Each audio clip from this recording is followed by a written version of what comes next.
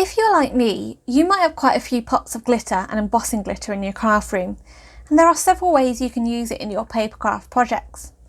Often these colours are more varied and interesting compared to buying regular glitter cardstock, and they can really step up your projects. So today I have 3 ways to create your own glitter cardstock and make your DIY cardstock the focal element of your cards. I'm Verity from the creative team, and welcome to the channel. The first technique combines Wow Sparkles glitter with double-sided adhesive tape. Now this can come in all different forms, from thin strips to wide tape rolls to full sheets. I have some 2-inch wide tape here in my stash, and I'm covering a piece of A5 Wow Superior Smooth cardstock completely with the tape.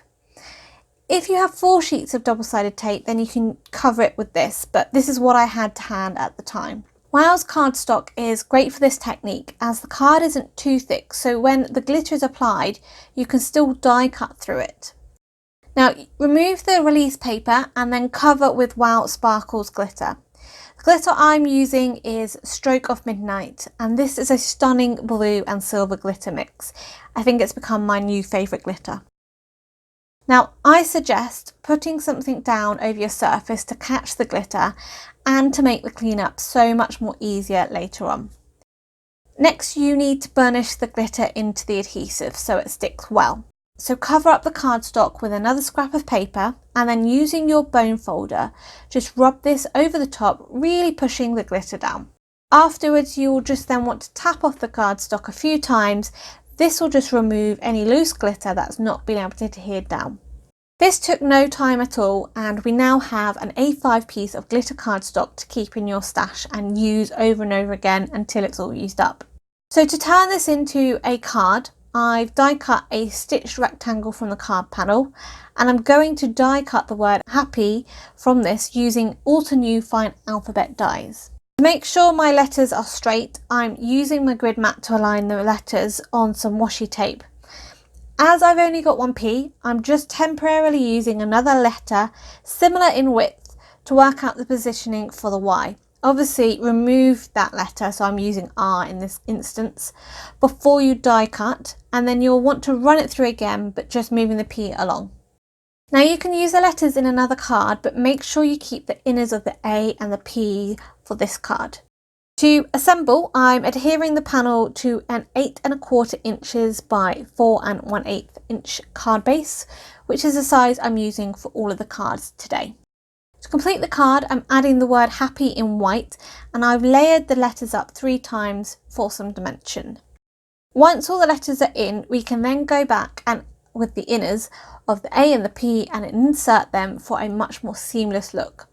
Now I have a stash of sentiments in a little tub already stamped and embossed, so I found a birthday white heat embossed onto some grey cardstock that goes really well with the colour scheme, and I'm foam mounting this onto the panel. Now foam tape won't stick well to glitter cardstock, but to overcome this, just add some dabs of liquid glue to the foam before you adhere it down. This is then going to really adhere well on the rough texture of the glitter. Lastly, I added some silver sequins just to highlight the silver glitter in the card, but that glitter cardstock just steals the show on this card and it doesn't really need much else.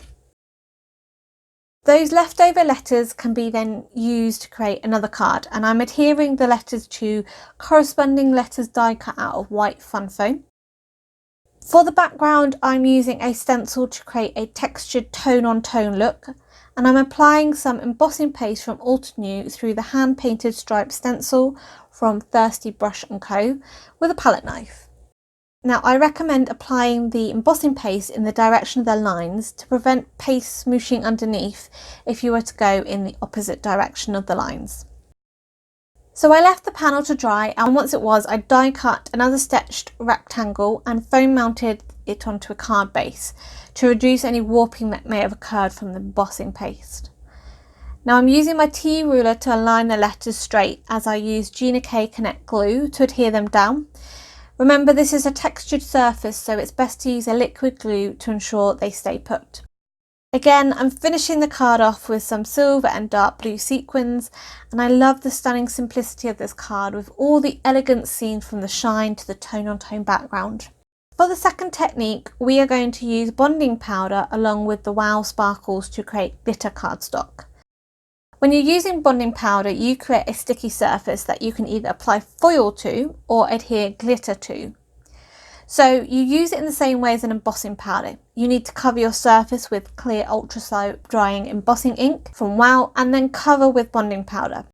Next, you then use your heat gun and you just melt the powder until it goes clear. And this is quite hard to see on video, unfortunately. Now I repeat this 2 to 3 times to get a good sticky layer on my card surface, and when I'm happy with the amount I have, I'm then ready to apply the glitter. Now you need to make sure the surface is still sticky, so if it's cooled a little bit, you just want to give it a quick blast with the heat gun to get it sticky again.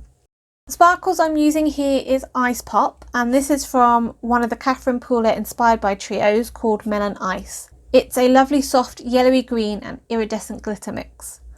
After I've covered it in the glitter, I just like to heat it again. This is to allow the bonding powder just to soften a little bit more and let the glitter sink into it more and adhere well. Now I'm repeating covering it with bonding powder and then with glitter just to build up the intensity and colour of the glitter, but you can leave it at whatever stage you prefer. To create the card, I'm die cutting the Altenew Fine Bouquet die, and I'm using a metal shim when I'm die cutting this as it's quite a delicate die to die cut through glitter. I'm adhering this to a grey stitched rectangle as the contrast in colours allows the glitter to really pop.